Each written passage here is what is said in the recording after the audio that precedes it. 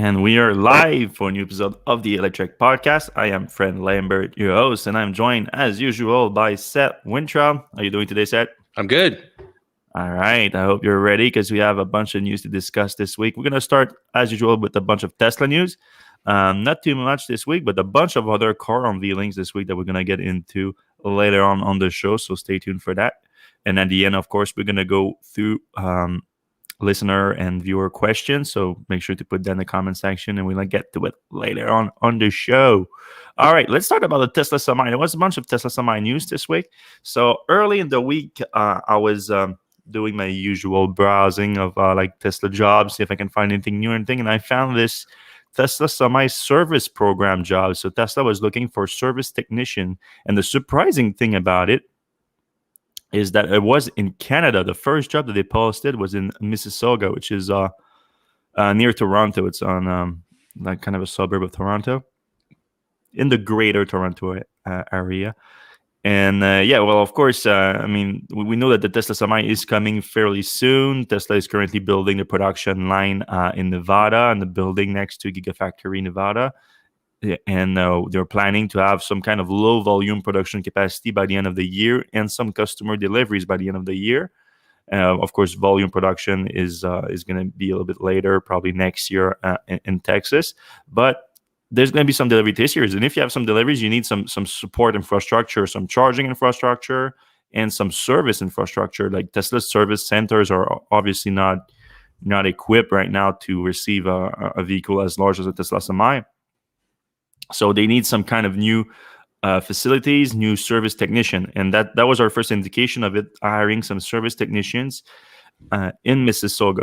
So that was kind of surprising that they would start with Canada because, of course, normally Tesla, when they launch a new vehicle program, they focus on California first or wherever the car is being built, really. So in this case, it's Nevada, but it's basically on the border with California. And but they did mention in that job listing that the job would be to support the early customers, the first customers of the Tesla Semi program, and made me think what kind of customers have announced reservation for the Tesla Semi in Mississauga. And actually, Tesla's biggest customer for the Tesla Semi is actually Walmart, but Walmart Canada, and they are based in Mississauga with a big distribution center, maybe not in Mississauga itself, but pretty close to it. And so it would make sense for Tesla to be delivering those, at least some of, I think they ordered over 130 Tesla Semis at Walmart Canada. So obviously they won't get all of those this year. So I wouldn't expect that.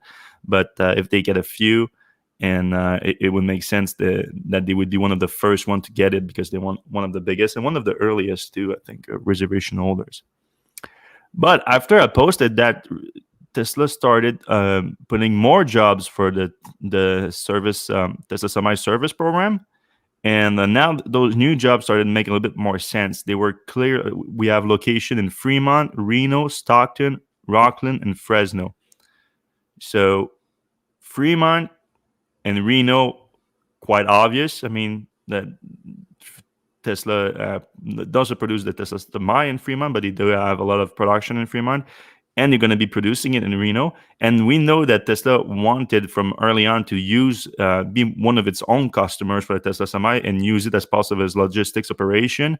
And Elon mentioned that the cost of logistics between Gigafactory Nevada in Reno, or technically in Sparks, and in Fremont, between those two, it's I think he used the adjective gigantic, something like that. Yeah.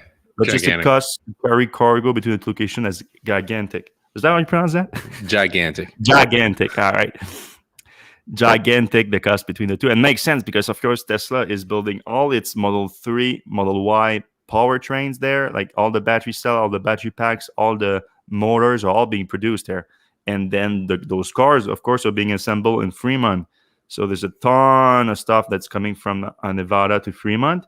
And I think the other way around is true too, because probably like a lot of the stuff needed to make those things are probably coming from the port in either or from California, so the San Francisco port. So there's probably a lot of things going both ways there. And if you get an electric truck to move the cargo between the two, you're gonna reduce the cost. Of course, a lot of it is also going through rails, but rails also require trucks for the portion of the routes at least. So Tesla is even maybe we're gonna see maybe even a Tesla semi convoy going through. That would be pretty cool. But yeah, Fremont, Reno, and Rockland is also in between, so it makes sense that they're gonna have service centers along the way, service technician for the Tesla semi along the way to support that route. Then you have Stockton, that's a little bit more south, but probably can be useful too in that area. Then Fresno, I'm not sure. There's probably another customers in Fresno but also there's a lot of cargo moving between the Bay Area and Los Angeles that could probably use some service in Fresno, but I don't know why Tesla would focus on that route first. Rockland sounds like a good candidate for a mega charger. Yeah, that's the other thing too. We're hearing about the service, but we haven't been hearing much about the charging infrastructure. The only thing we heard about is apparently Tesla is working with some kind of third party for those mega charger, and they maybe even the Char-In program. But if you remember, a few weeks ago we discussed about the Pepsi facility in Modesto, and they did say that they were expecting 2 mega chargers there. So Tesla's probably also just looking at first to focus on charging at location instead of on the road, which would make sense because it's going to be a big, designing a supercharger station is one thing. Designing a mega charger station, I think it's another different challenge. Would you agree? Yeah, for sure. Yeah, it's. I mean, obviously, there's already some truck stops along the way, and you can build off of that. But it's a different beast than the supercharger network. But for a lot of, our understanding is Tesla might focus at first deliveries of the 300-mile version of the Tesla Semi, and those are for obviously shorter routes. And maybe they wouldn't really require long distance mega charger stops. It would be like between existing facilities, so a distribution center and some customer somewhere, and you have a planned route that is already within the 300-mile thing. So you would only need to charge on location. So I mean, that's the big advantage of a truck. The truck has to be stopped for a certain period of time, unless you're just picking up a trailer that's already being filled or anything. If you have to stop for a period of time while you're being loaded, then perfect time for charging. So mega chargers at distribution facilities makes a ton of sense. All right, next Tesla news is Elon giving us some kind of update on the timeline for the full self-driving beta. The wider release of the self-driving beta, which if you have been following the program in the last few months, it's sort of been linked with this V9 update of the FSD beta, which is kind of a new generation really of the software that's not going to rely on radar readings anymore. It's going to be purely relying on the cameras, on computer vision, and it's seen as an important step towards achieving the full self-driving. And at the same time, Elon linked it to once that is being released and that being worked through the beta, they get the beta program, they get the feedback from the early access owners, which now apparently there's about 2,000 of them, though I think that also includes employees that are on the program. Once that is done, then there's going to be a wider release, and that's what people have been talking about, the button lately. You're going to be able to literally press a download the beta button within your in-car software and then get access to the beta if you have already bought the full self-driving package. So now that was supposed to come a long time ago, really.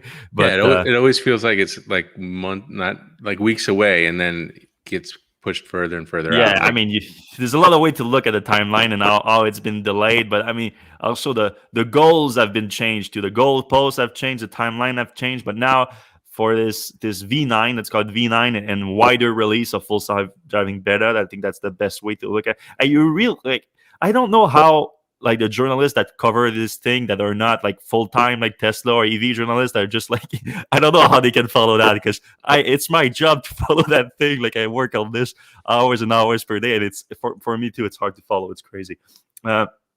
So yeah, this V9 and full self-driving wider release, if you will.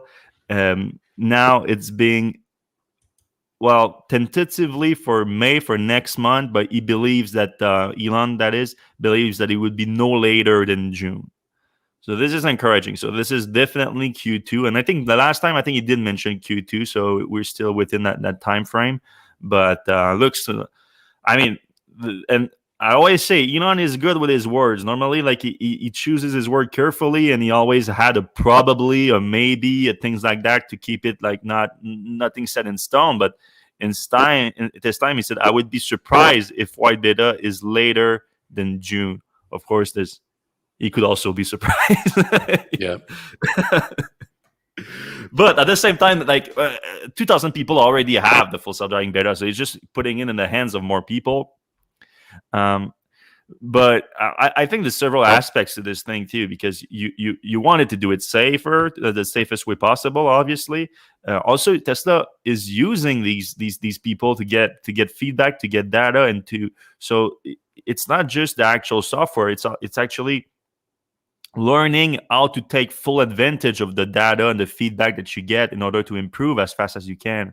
And I think Tesla has been tuning that a lot in the early access program in order to be ready from when the beta comes out, where maybe you don't have as much feedback from those owners, though I'm sure like people will go crazy on social media trying to give insights. But in terms of the data that you're collecting, that will grow exponentially, like crazy.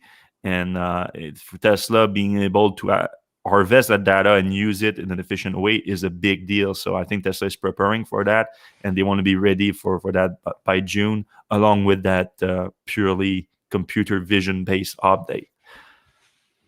You excited for it? I want the button. Like as soon as the button comes, I'm hitting the button. Yeah, I know you are. I hope it's going to be available in Canada too, because there's been no early access apparently in Canada yet either. So I don't know. I would assume that whenever that button comes out, you're going to get it first. I don't think it's going to be released at the same time in Canada. I'm always the last though of everything. I'm always the last for the software downloads. Yeah, but on the blacklist. Yeah. It doesn't matter where you are when you get the download, right? Like your car is a Canadian car. So like, if you're taking a trip to New York and you get an update, you're not going to get the US update, right? That's a good question. A good question. Do they base it on the current location of your car, or is it linked to a VIN number and Canadian version of the car? Because it is a Canadian version. There's some modification for the Canadian version, but still. Right. Yeah, I imagine you can't just drive over the border for the download of the software, and then it would be nice. Mm-hmm. So along with that timeline for the wider release of the FSD beta, there was also a quick update on the FSD subscription, and this one is a sure thing. Thing. Good. Even though that thing has been pushed for the last year quite a few times, but the FSD subscription now, Elon says that it's a sure thing for next month. So by the end of May, apparently you're going to be able to get the full self-driving package under a subscription cost, so a monthly fee instead of paying the $10,000. And like, be careful, because I think I'm speculating at that point, but I wouldn't be surprised if that $10,000 is increased with the wider release of the beta, because that's what they've been saying for a long time now, that as soon as more capacity comes in, they're going to keep increasing the price. So that I wouldn't be surprised if that happens. And normally they've been doing like $1,000 at a time, like lately. Like this time, I wouldn't be surprised if it's more than 1,000 at a time that they increase it. So be on the lookout for that. And also, Tesla has always been clear that the more financially sound way to acquire FSD is going to be through buying it outright instead of using the subscription. So are you going to be able to just buy it for a month? Like, say you got a big trip, you're doing a trip to the Rockies, and you're going to see some, parks or whatever, and you just want it for a month, and then normally you don't need it. Can you just buy it for a month? I would assume so. I would assume that that's really the advantage of the subscription. Like if you're not like especially nowadays with a lot of people working from home and everything, not using their car necessarily every day. Like full self-driving sounds extremely useful for a commute. If you don't have a commute anymore, and it might not be as useful, spend $10,000. But like you said, if you're going on a trip, even if it's just a few days or whatever, spending $100 to have it for a month or $200 or whatever it is, it might be worth it. Like so yeah, I would assume that that's the case, because other than that, it's gonna be a hard sell, I think. But at the same time, I see a lot of people are very excited about it. Like, let's ask our listener right now, and maybe we'll get to it at the end of the show and go through the question. But if any of you was looking forward to the subscription as an owner, not as a shareholder or anything like that, because I know a lot of shareholders were looking forward to that, because of course software as a service is a big thing right now. Cash, yeah. But as an owner, if anyone's been looking forward and was thinking about buying it, of course, depending on the actual price that it comes out at, but if anyone was considering it, the reason why, that would be interesting to get into that, so you can put that in the comment section. But I would assume that what you just described would be the go-to reason for it. Other than that, I think it's going to make more sense to buy it, even though it's expensive. Yeah, especially if you're going to use it a lot over years and years. Yeah. All right. So the Cybertruck prototype, we haven't seen that thing for over 6 months, really. I think the last time we saw it was at the battery day. Of course, we saw it a lot right after it was unveiled. Elon was seeing, like, driving it to a restaurant in Los Angeles.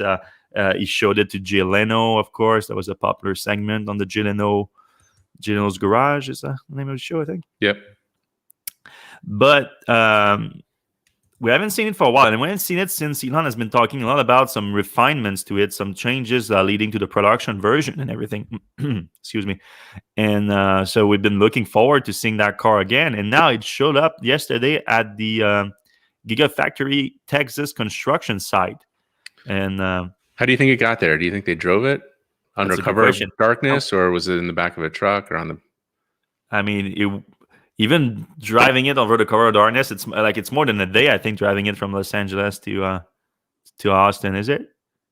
I guess it depends on how fast you're driving. Yeah, I would assume that they towed it there, because I think it would have been spotted along the way. Yeah, probably in the back of a truck or something. Yeah, and yeah, but we've been looking at Tesla released a few pictures of it. Some workers released a few pictures of it, and a bunch of people said that it was a new version, that it was no door handles, which is something that Elon mentioned as a one of the change for the production version. But to be honest, I looked at all the pictures that were released, and I could always see even some kind of door handles on it. So I'm pretty sure that is the original prototype. It's not a new prototype. I'm like 90% sure. There was some rumors too that there were multiple Tesla Cybertrucks on site. Yeah. But that's also not confirmed. Like only pictures of one alone was shown, and it'll always look the same. So no picture came out of multiple one. Elon said, because Elon was there too, he toured the site in the Cybertruck and then talked to the workers there, but there was no mention of a new trucks or something like that.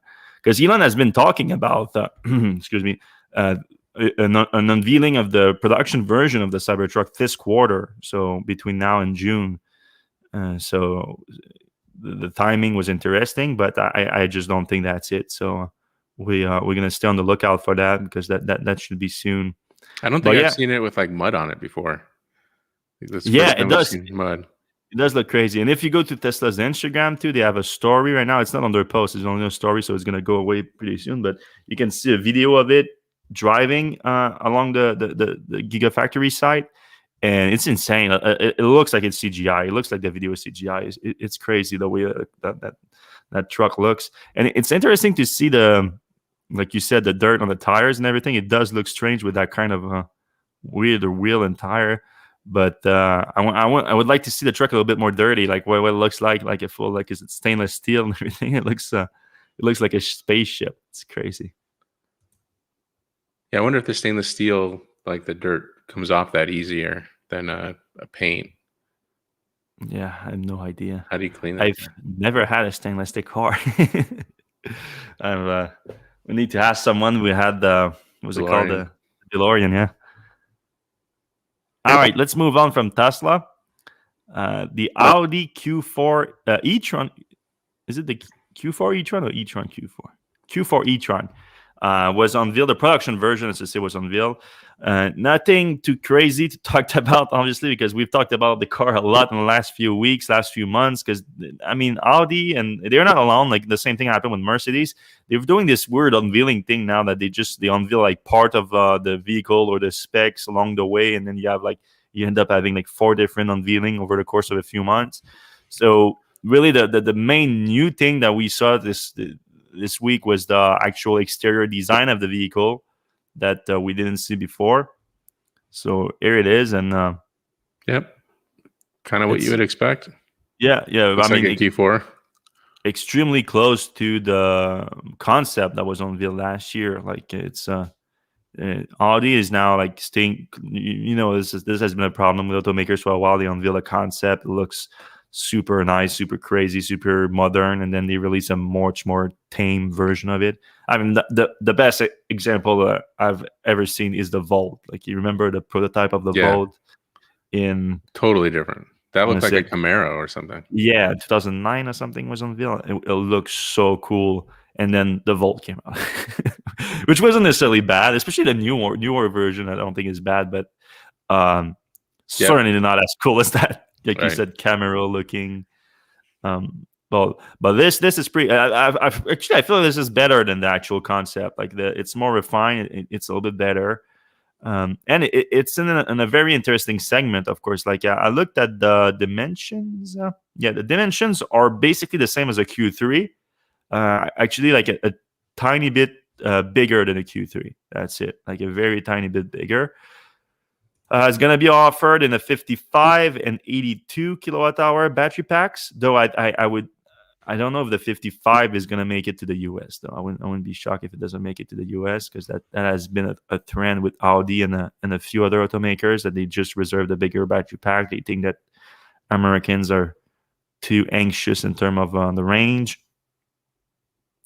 Speaking of the range, the 82 kilowatt hour battery pack gets you up to 520 kilometers. That's 323 miles on a single charge, but that's WLTP.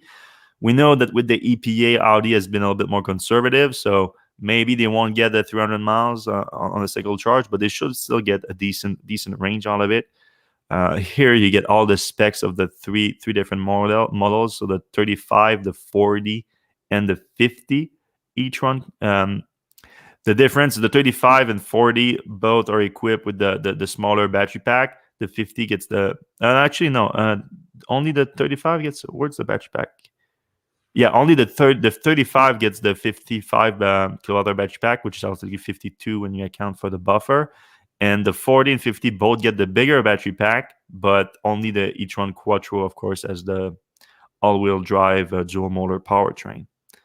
With that dual motor powertrain, you get 220. They have peaked. Well, you get 300 basically kilowatt hour of max output. And that kilowatts, and that result in an acceleration of 0 to 100 kilometers an hour, which is 62 miles per hour in 6.2 seconds. Respectable. So it's no speed demon, but definitely respectable.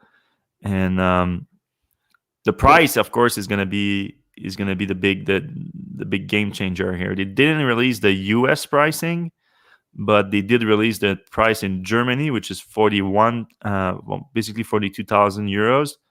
But of course, that includes the VAT, that includes the taxes in Germany, because that's the equivalent of 50,000 USD. But again, with the taxes, it's probably going to start a little bit lower. But at the same time, maybe not, because it's that's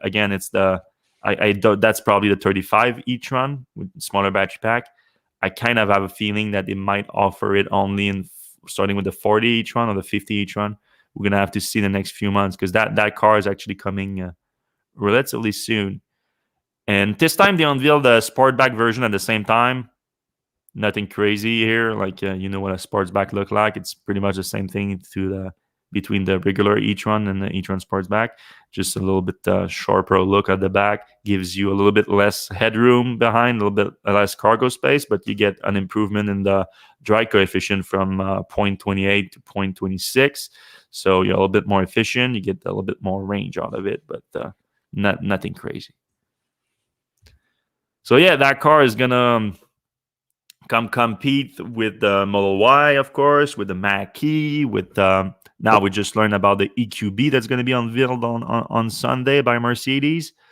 So all those cars are going to compete together in the compact SUV segment, which is really now, I mean, the most competitive segment, electric segment by far. I mean, Clearly, yeah. Yeah, with all the options you have, especially if you go more luxury a little bit. Because you can also still have the Kona EV that's in there with a little bit less luxury, a little bit smaller. You have the Kiro. You have so many options. Yeah, you got the Bolt on the lower side. Yeah. I mean, I would even say like the ID4 is a little bit. I don't want to say low end, but it's available to more people than an Audi, obviously. At the end of this year, I feel like if you're looking for a compact SUV, you're gonna have to go electric. I think that's yeah. There's no excuse. I guess it would be a better way to say it. No excuse not to get a electric car if you're looking for a compact SUV, or even, I mean, some SUV. Other stuff. But I mean, I know there's a lot of big fans of like the RAV4 and the CRV from Honda. Like I know that like, those are big vehicle programs. It's just that they're so much less exciting than going all electric at this point, I feel like. Yeah, and then your trade-in value is pretty much zero. Yeah, and depending on what's your timeline for it, like some people like a 5-year timeline, 10-year timeline, whatever. If you're looking for some kind of resale value more than a few bucks in 5-10 years, good luck with buying a CRV or a RAV4.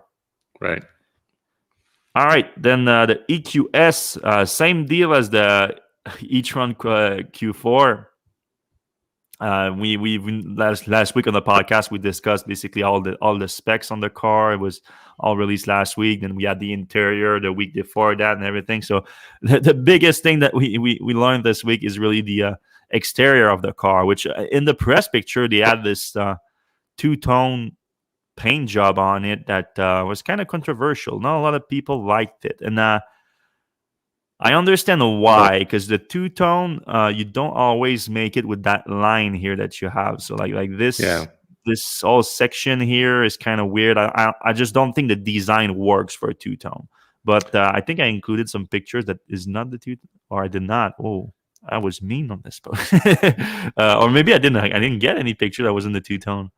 Well, it's weird because two-tone kind of it signifies like a sports car or trying to be a sporty car.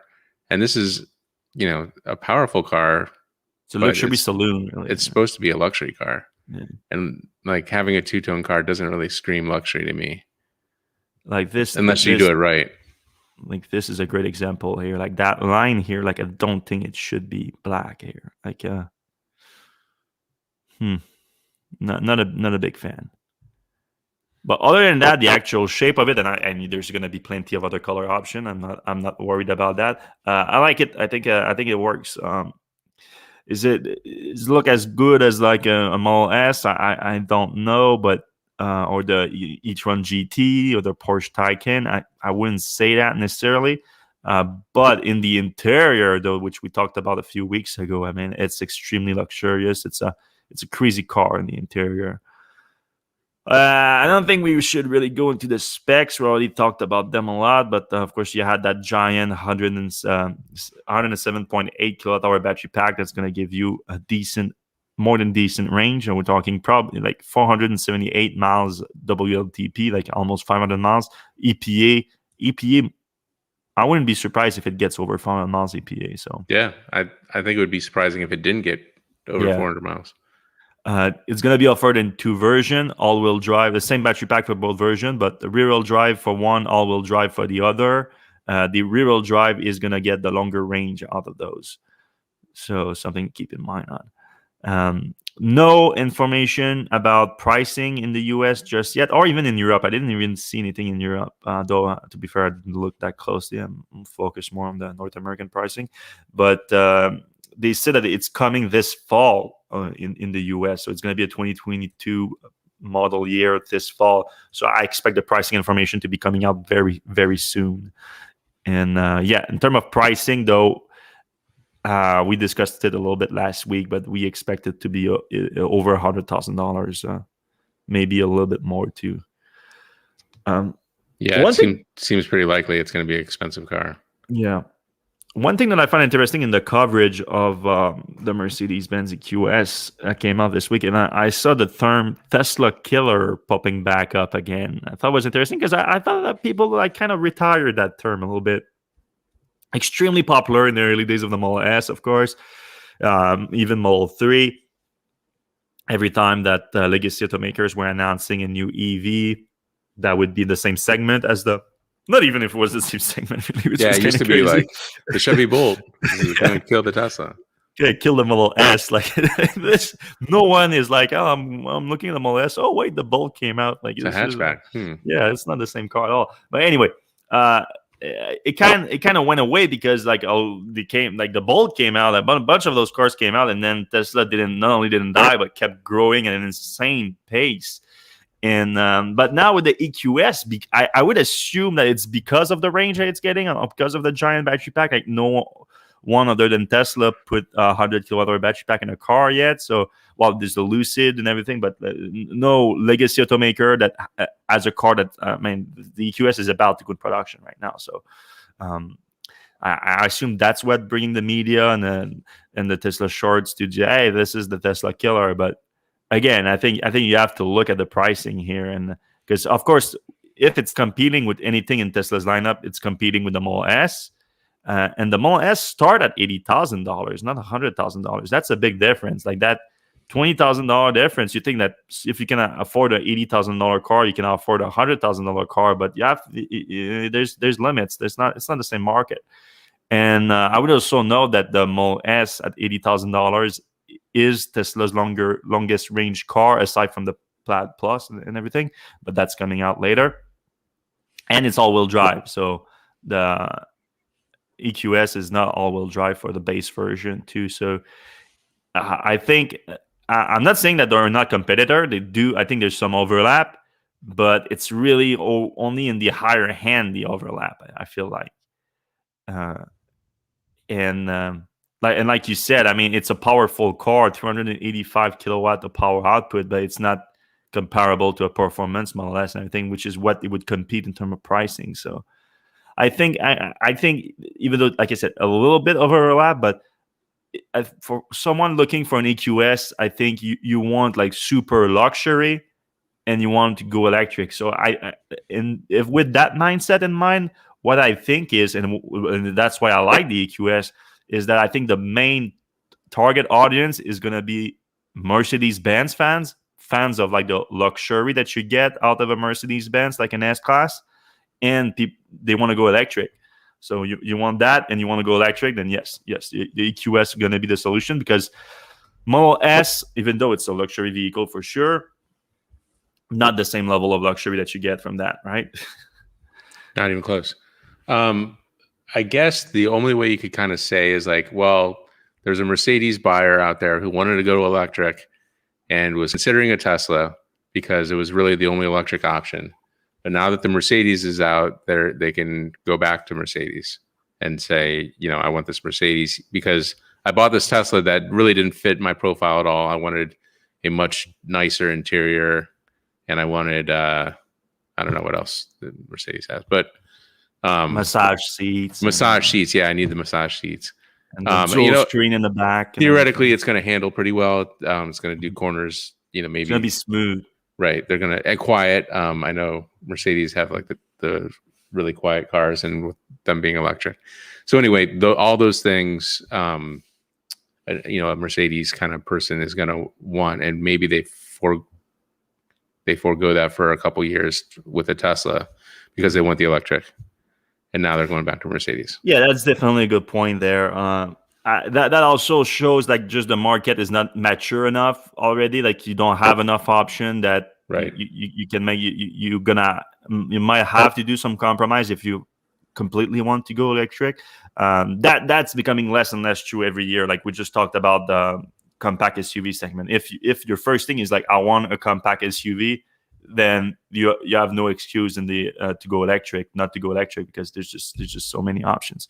Might be not as true when you go to a higher end version like this.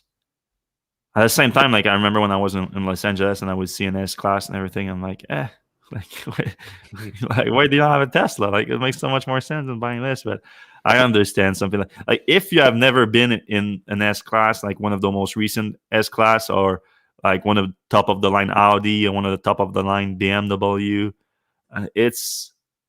it's a different experience inside. Like it's like being like in the high hand lazy boys and all that stuff. Like you feel it right away. It's like, oh, that's how the other half lives. Like okay, I'm not in this shitty memory foam thing. Like it's a different experience.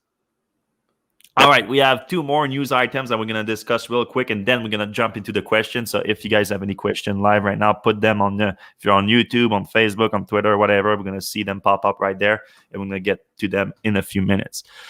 Ford announced their, what they call it, BlueCruise, which is their equivalent of Autopilot.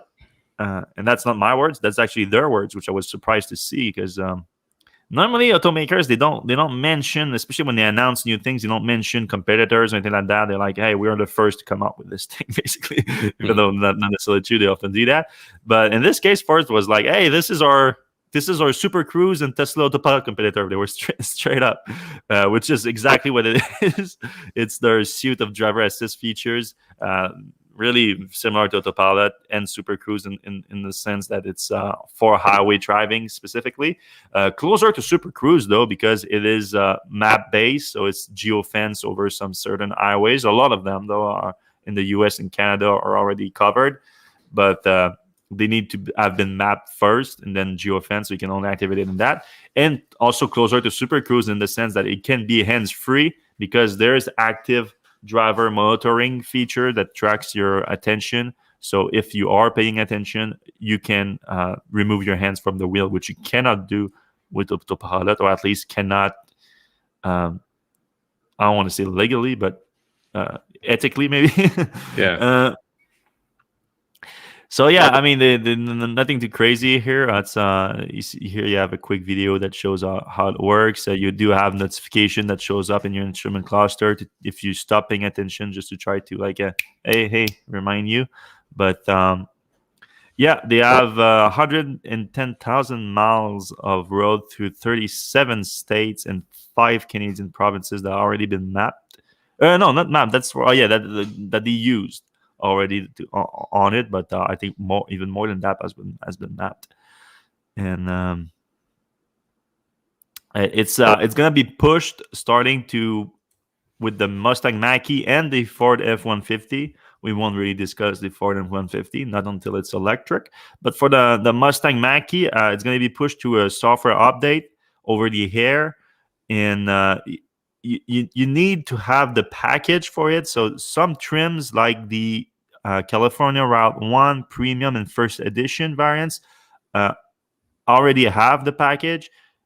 So if you do have the package, you only have to pay for the software, which is $600. And if you don't have the package, then it's an extra $2,600. That's my understanding. Yeah, that's pretty much it. So it's not like Tesla where all vehicles have the hardware already, and then you pay for the software. Doing now Autopilot is standard on any car anyway. Now you only pay for the FSD package. But I mean, you guys are following. So yeah, it's not too expensive. Makes your highway driving a little bit easier. So I know you really enjoy the Super Cruise. We haven't tried the BlueCruise yet, but I think that's going to be a big update for Ford, because I use the BlueCruise is building on the what do they call it, the Ford 360 something. Copilot 360 suit. Copilot 360, yeah. And Yeah. I had that on the Mustang. You had that on the Mustang, right? Yeah. I wasn't a big fan of it though. Like it worked okay, but I had some ping ponging going between the lanes, Oh, really? and when a car would go into my lane, the reaction wasn't really smooth. So I wasn't a big fan of it. I thought it was clearly subpar to Autopilot for sure, because that's what I'm used to. That's my daily driver. So hopefully this brings them to par with the current version of Autopilot. Yeah, so I had it for I don't know, a couple of days. I didn't use it that much. We were on snowy roads going to to and from Vermont, so it didn't seem like a good opportunity or a good time to do it. But after that, I did get to use it, and I didn't get ping ponging, but it was kind of like a traffic aware cruise control more than any sort of autopilot thing. Mm-hmm. And when we were in traffic and it stopped, it wouldn't start up again. Yeah. So there's a lot of little things that it doesn't do yet. The BlueCruise does have the stop and go. So that's good. It's a lot closer to Autopilot, right? Than what it was before the Copilot thing. Yeah. All right, the last piece of news before we jump into the comments is the Mazda MX-30 EV, which is a kind of a compliance car that Mazda launched in Europe. And they said that they wouldn't be coming to the US, or at least they didn't have any plans at that time last year when it was launched to come to the US. Now they announced that it's coming this fall. This is the car right here. It has the suicide doors, like the whole what was that? Not the Miata. No, that like the i3, but there was a Mazda that has the suicide doors too. Like it was a small like Miata like sports car that they had. It's a horrible idea. If you're dropping off your kids and they have to open the front door and the back door, the kids are in the back seat. No go. Yeah, it's not ideal, but it's a small car, and it has a small battery pack in it, 35.5.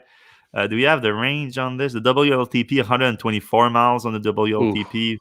But even then, like I remember, I think I said last year when it came to Europe, and said, why are you not at least trying on the US market? It was my thing. Even though it's clearly a compliance car, I felt like, give it a shot. Like some people will like that option for city driving or something like that. It is a small, compact vehicle, so it fits better in cities, parking situation and whatnot. But that was last year. I feel like now this year coming out and this year, and I mean this is going to be coming this fall, so late this year. It's gonna have to have a very, very nice price to compete. Not only that, it's only going to have a very nice price to compete. They better hope that the reform of the incentive program doesn't exclude cars that aren't made in America, because if that happens, then it's dead on arrival. Yeah. I mean, this car is like a decade old. This is like an i3 era vehicle where powertrain wise, let's say. Yeah, powertrain wise. Glass roof looks nice. I don't know. Oh, I like the design. Like I agree the functionality. I agree with you that suicide doors might not be the right choice, especially if you want to use it as a family car. If you're like just a single, like just a couple, like it's not without children, it's not a big deal. But it's kind of a letdown. I like the interior too. It's sharp, a sharp design and everything. It's a shame they don't put a bigger battery pack in there. Yeah, I mean, maybe something down the road. Because I mean, even if they come up with like a $30,000 price tag, okay, let's say, you have the Bolt, the new Bolt coming. Yep. Personally, I prefer the design of that 1,000 times over the Bolt, but I would assume that the Bolt is more functional than this, and then. If the new reform of the EV program happens like we think it does, then the Bolt's going to be thousands and thousands of dollars cheaper than this thing. So, yeah. And then you have the Bolt EUV too. And then when you start getting higher end prices like that, you have the Model Y. it's gonna be a hard time, I think, for this. But I mean, I think This, they know that. I mean, with the doors, I mean, it's almost like a 2-door car. So and the range, it's almost competing with like the Mini E or the whatever that thing is called, the Mini. Yeah. It used to be called the Mini E. Now it's called SC. the Cooper yeah. SC. Yeah. So I mean, when you think about it, range similar to the Mini, suicide doors or 2-door, it just kind of cars that you would really need a very specific person to buy. Yeah, I mean, there's a market for those type of cars. Like I've seen them a lot in Quebec. Mazda is really popular here. So, like, if they could just tweak a few things, like a longer range, and really try to get the right pricing, I think they could be still like a decent market for it. It's just, I just don't think they want to sell that thing. I don't think they want to. I still think they're just not. Mazda is not fully on board on electrification just yet. I mean, they call it an electrified model still. Like, yeah, that's a big giveaway for automakers when they call their electric vehicles electrified vehicles. Oh, you guys are still not certain about this whole transition thing, are you? Yeah. It just screams compliance. We're doing this because we have to. Right. Because we want to. Because the government's forcing us to. What was that footballer thing? I was like, I'm just here so I don't get fined. Like, that's that guy. Like, this is what Mazda is doing. Like, this is just here because we don't want to get fined by CARB and whatnot. Marshawn Lynch. Gotta love him. Yeah. All right, let's jump into the questions, the comments, and everything. A lot of nice greetings. Good afternoon from California. So this is kind of a weird question, but we'll take it. Does Tesla get lighter after the electrons are used up, even slightly? Is it the same for an e-bike? No. Yeah, it doesn't get lighter. Maybe like a microgram or something. Yeah. Like something absurdly little, but no, they don't get lighter. Yeah. If you want to manage that range, the weight of your car for efficiency at that level, I would try to lose a few pounds. Right. That would have a bigger impact than just go to the bathroom and you'll be. It's not like an airplane that like gets more efficient as the fuel goes down, anything like that. Yeah. All right. Any news on version 11 software? We talked a little bit about that. Yeah, we feel like, well, no, I mean, we talked about V9 of FSD. I think he's referring to the more like the wider software update, version 11 of the Tesla software. Mm-hmm. The more we've been thinking about it, I think we discussed it a little bit last week, the week before that. It looks like it's going to be linked to the release of the Model S when they start delivering that with the new software. I think they might launch the broader software, or maybe a little bit later after it's adapted to Model 3 and Model Y and everything. But yeah, I think that what makes the most sense. I'm not going to try this name, but this gentleman said he saw a couple Teslas in South Africa already, Model X only, though. That's interesting because obviously founder, CEO Elon Musk is from South Africa. They do have Powerwalls there, but I don't think they sell the cars there yet. So it'd be, I mean, obviously you can import it. But so we'll keep an eye on that. We're going back to the electrons. I'd love to see a more affordable battery backup alternatives to a Powerwall. Do you know any that integrate with a grid-tied photovoltaic system? Yeah, there's quite a few. LG, Panasonic, Sonnen battery. I'll have them. I wouldn't say they're necessarily more affordable. That's a lot of batteries. Tesla comes in pretty good with the price per kilowatt hour, basically. Yeah, but something that we're watching closely is vehicle to grid. So if you have an electric vehicle, you basically have 2 or 3 days of power for your house sitting underneath your car at all times. It's just getting to that power is not easy and affordable at the moment.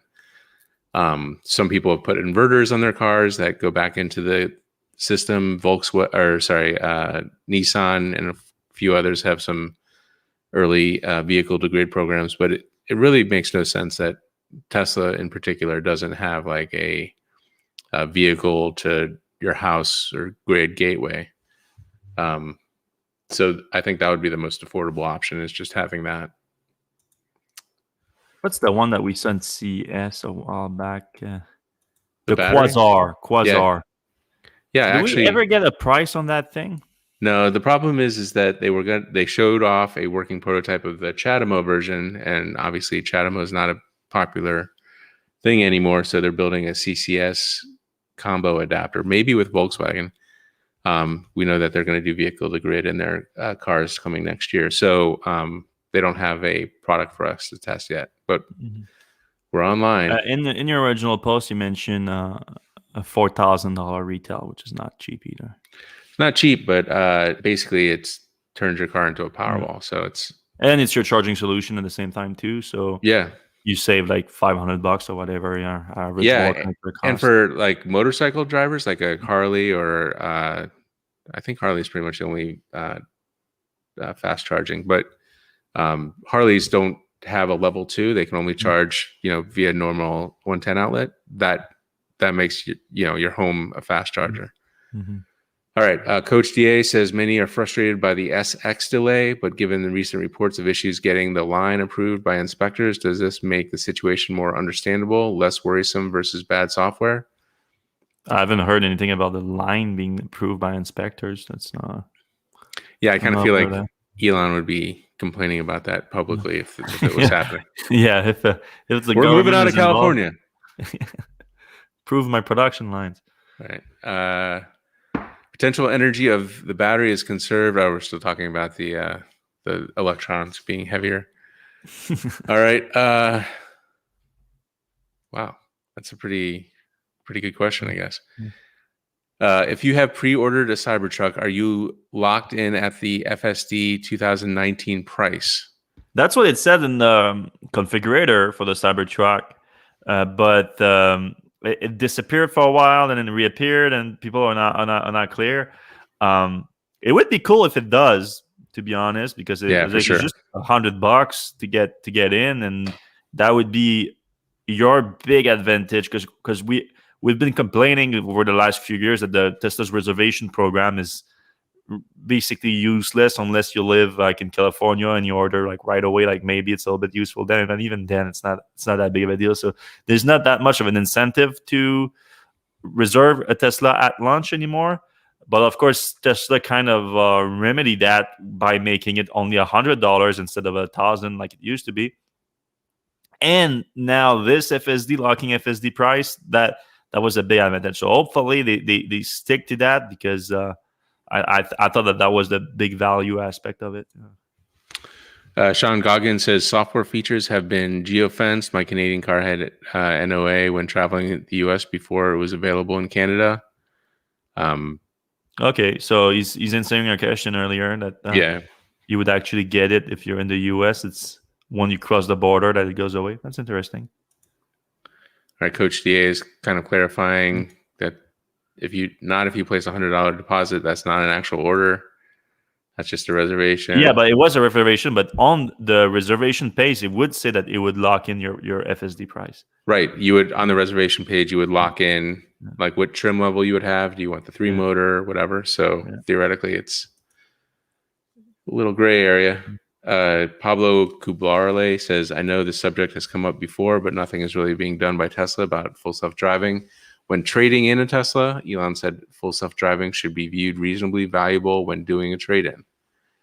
Well, theoretically, when it comes out, but not all people value a future feature as well as a... No, but the package itself he's talking about now, when you pay the package, and sometimes some owners have argued that Tesla wasn't accounting for it in the trade-in value of the car. Oh, when they trade in for Tesla. Yeah, and then they would resell that car and remove it or something, or add it later, or whatever, one or the other.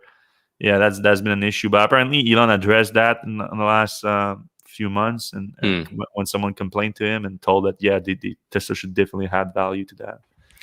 Yeah, or at least give them full self-driving on another car, which he follows up and says. Yeah, apparently he's not. He said that he's not up to that. Like, they're not considering that right now, he said. Yeah, it is weird, especially with how expensive the software is. Yeah, so that's a good question that Coach is saying. So would he expect like Tesla to pay the full price for it. And technically, Tesla should have to pay the full price. There shouldn't be any depreciation on the full self-driving because Elon claims that it's only going to gain in value having full self-driving. So he's sort of shooting himself in the foot with that.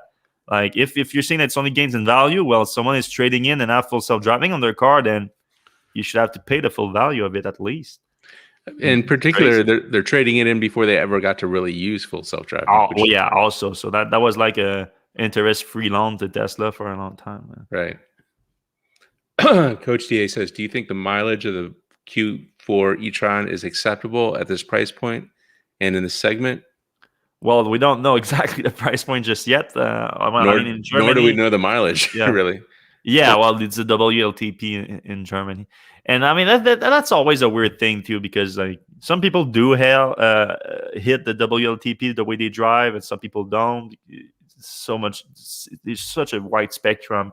I don't know. I'll wait to see because I'm more used to EPA. Like if I see an EPA range, Tesla or otherwise, we're starting to get a better idea of how they approach it with the multiple that they use.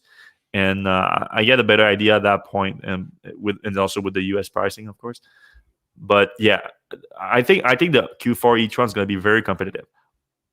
Again, that depends. In the US, if they do change the incentive and they make it unavailable to non-American cars or cars that are built in the US, I think that's going to hit the Q4 very strongly. But I would assume that Volkswagen would do something. Then they would like give some product MEB production capacity in Tennessee to Audi probably. Right. All right. So Jonathan Root has the news. SpaceX won the NASA contract to the moon. Oh, nice. You can read about that on our sister site, spaceexplorer.com. Yeah. Good.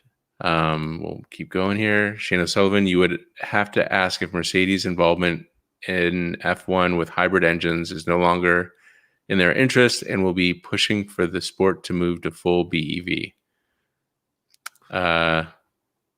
I mean, just because you're involved with the sport, I don't know if that kind of, I don't know. I mean, I think Mercedes is definitely involved in Formula E. So is that right? Are they still? I feel like they were at one point. Yeah, they were at one point, but so many people come in and out. Yeah, came out of it. Like I don't track it that much, but while we look at that, another two-tone Mercedes is not good looking vote. No. I think there's plenty of those. All of Ferrari's road car profits go into funding the F1 team, which is crazy, and they are very hesitant to adopt full battery road cars. Yeah, I don't know. They just said that they are looking for their first full electric vehicle to come out around 2025. If they're still around. Yeah. All right. I mean, I look at you've seen the Ferrari Roma, the new base model. I haven't seen it, but yeah, look it up. It's a beautiful car, and I cannot believe it's not electric. Like they definitely could have made that electric, like no doubt in my mind. Especially with the performance of it, it's their entry level vehicle, but still it's their new entry level vehicle. But you look at the specs on that thing, and it's obviously you can do better with electric. It's a nice car. It's more rounded than a typical Ferrari. Yeah, and there's no car like that available today in electric too. Like they could, like Ferrari would have been a great entry for them, and like a small coupe, like 2-door.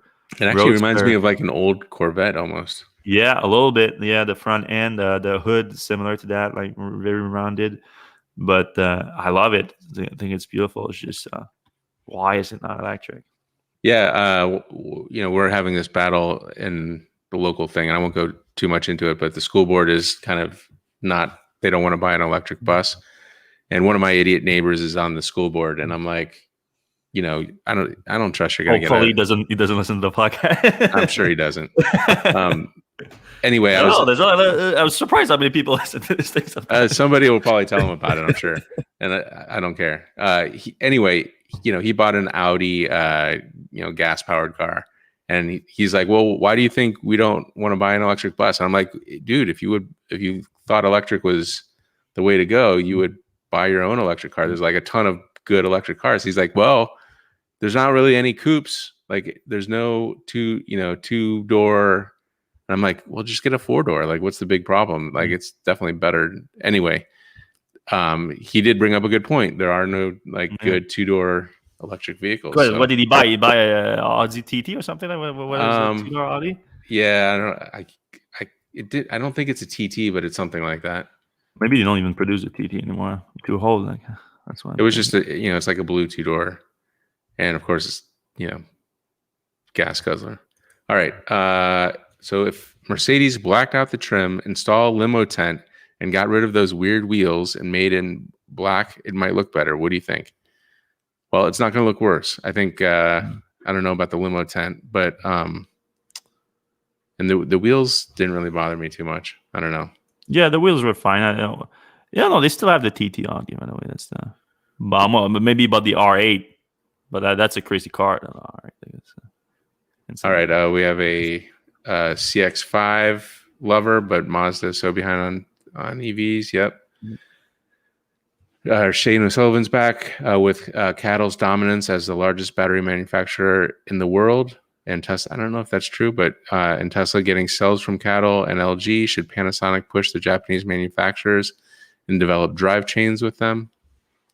A lot of dependencies there. Well, I don't know about drivetrain, but if we stick to batteries, I know that Panasonic has a partnership with Toyota. Yeah, it would be nice to see the Japanese makers getting more serious about EVs. It kind of feels like they're a decade behind almost. Greg acknowledges 100-mile range for the MX-30. What are they thinking? Good question. Mazda wanted to get in the more luxury range and should have not getting fined. That's what they're thinking. Yeah. Mazda wanted to get into the more luxury range and should have electrified before BMW did to have a chance. Compliant. Was that Mazda's plan to go more? I don't know. I know Mazda's not worth much. Like the whole and they're company. Not. And Mazda's not that expensive either. Yeah, they're not doing great. All right, we have a local. I'm from Quebec. At the moment, I struggle to find a place this car would be able to reach. So range is a thing, but then as a 39 kilowatt Soul, I have no problem getting around.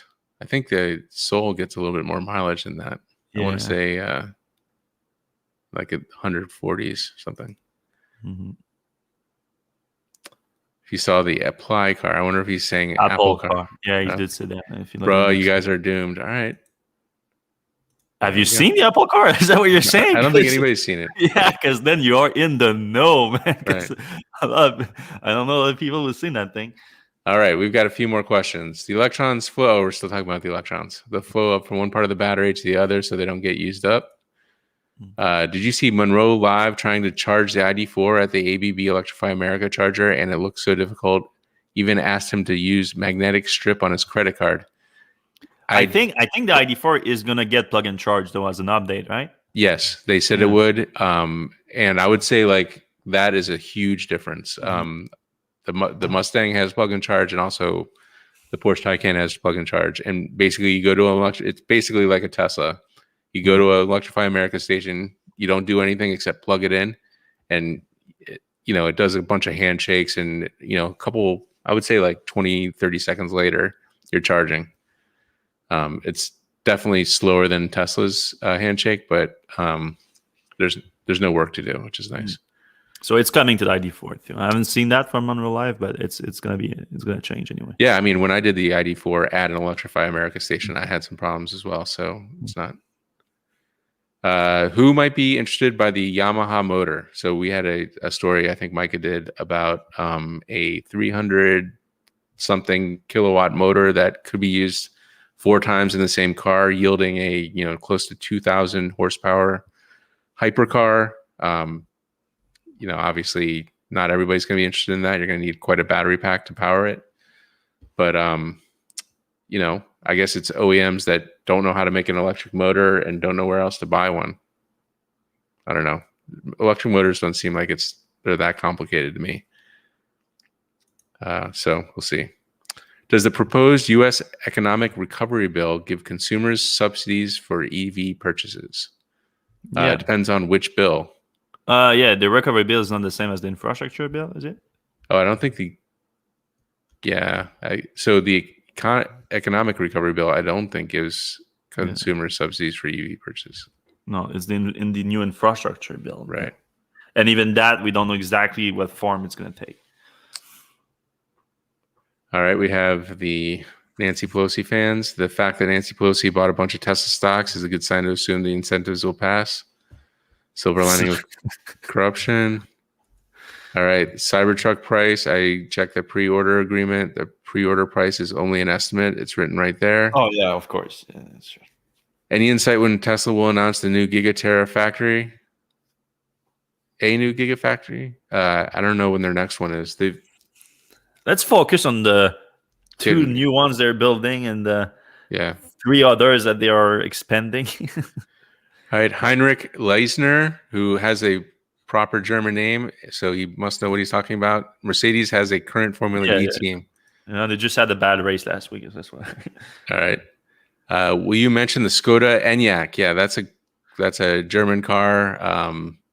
Skoda is not a Czech or something. No? It's a Czech brand, but I think it's owned by VW. Yeah, it's owned by VW for sure. It's built on the same platform as ID4, so it's the MEB platform and the e-tron Q4, and has been reviewed this week in the EU. Yes, we saw a couple of reviews.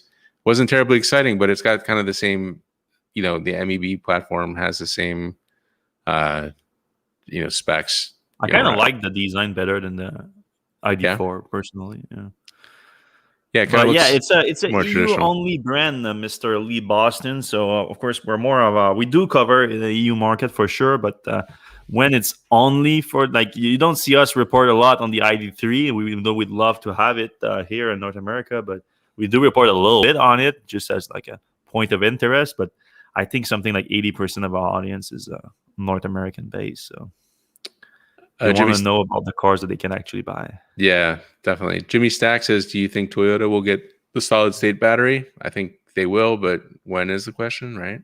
Mm-hmm. Yeah, they've been kind of saying that they are kind of waiting for the next gens to really start pumping them out, their EVs. But when it comes to Toyota and EV plans, we believe it when we see it. Kind of a weird question here. Do you expect any disruptive ideas to electric cars in the near future? Drones, such a bad idea, creating new traffic issues in the sky. Vehicle to grid seems like a nice thing. Yeah, he's talking about flying cars, basically. You're gonna be I guess. Yeah, I don't know. Yeah, I mean, we're supposed to have flying cars in the 80s, and it happened. It's not coming very soon. Oh, Sandy Monroe was very disappointed about the ID4. Oh, really? Well, he was very disappointed about the Model 3 when it first came out, too, guys. That's true. That's a good point. Now he's the biggest fan. So, I'm okay with Sandy. I don't have any issues, but he a bit of a, what do you call that? A flip-flopper sometimes? Fair weather fan, I guess. Yeah. Have we seen and talked about the Aptera US? Yes, we have. And there was an update this week. We didn't post about it. I actually saw it and was going to post about it. Then I saw that it was like 3 days old and I was like, eh. But they did some test driving in San Diego. Also, Nikki Gordon Bloomfield got a ride in one. It's a very small aerodynamic, super aerodynamic solar car. And I absolutely love it. I would love to do a test drive in one. And I actually put a reservation down just so I'd get information on it. So yeah, we're super interested and we've covered it before. Is the communication of customer details via the cable done through the OCP? Whoa, we're getting weird questions. Will all OCPP chargers be able to do that handshake via firmware update? I don't know if it's customer details or just, like billing information. And maybe that's what you mean, Shane. That's the open charging standard. I think everyone is just going to open charging standard now. Yeah. That reminds me, we heard something about we got some news about Tesla's charging stuff. What's going on with that? Can't talk about it? No, can't talk about it just yet. Soon, maybe. Good. Maybe next week, we'll see. All right. And one last question. Have you heard of anyone adding full self-driving to their insurance as an add-on option, very much like adding an expensive stereo system to your insurance? It's a good question because when you crash a car, you lose your full self-driving as well. You can't like pull the full self-driving out of your totaled car and put it into a new car, sadly, even though it's just software. Yeah, but I mean, I guess if you have what they call it, the insurance, like back to original value insurance or something like that. Yeah. There's a term for it, but there's a term like you get like the original price of the car, but it's more expensive insurance, of course. But if you do get that, I would assume that they pay for your FSD too, but because that's what you paid when you bought the car. Unless you bought it after the fact, that might be an issue. Like if you buy the car, get it insured, and then buy FSD or software update later, that could be a tricky situation. Yeah, it brings up all kinds of questions like that. Yeah. All right, that's all the questions for today. Yes, thanks a lot. That was a very interesting show, everyone. Thanks a lot for listening. Thanks a lot for watching on your YouTube and Facebook and everything. If you're watching on those, you can give us a subscribe. It's always appreciated. And a thumbs up. Apparently, the algorithms of those platforms loves the thumbs up. And if you're watching on your podcast app, please subscribe, and you can download automatically the next episode whenever it comes out. Also, if you give us a review, last week a few people gave us a reviews, and we really appreciate that. Give us a 5-star review, get out the podcast a lot. So we always love when you guys do that, and we read them all. So we appreciate it a lot. All right, we're gonna see you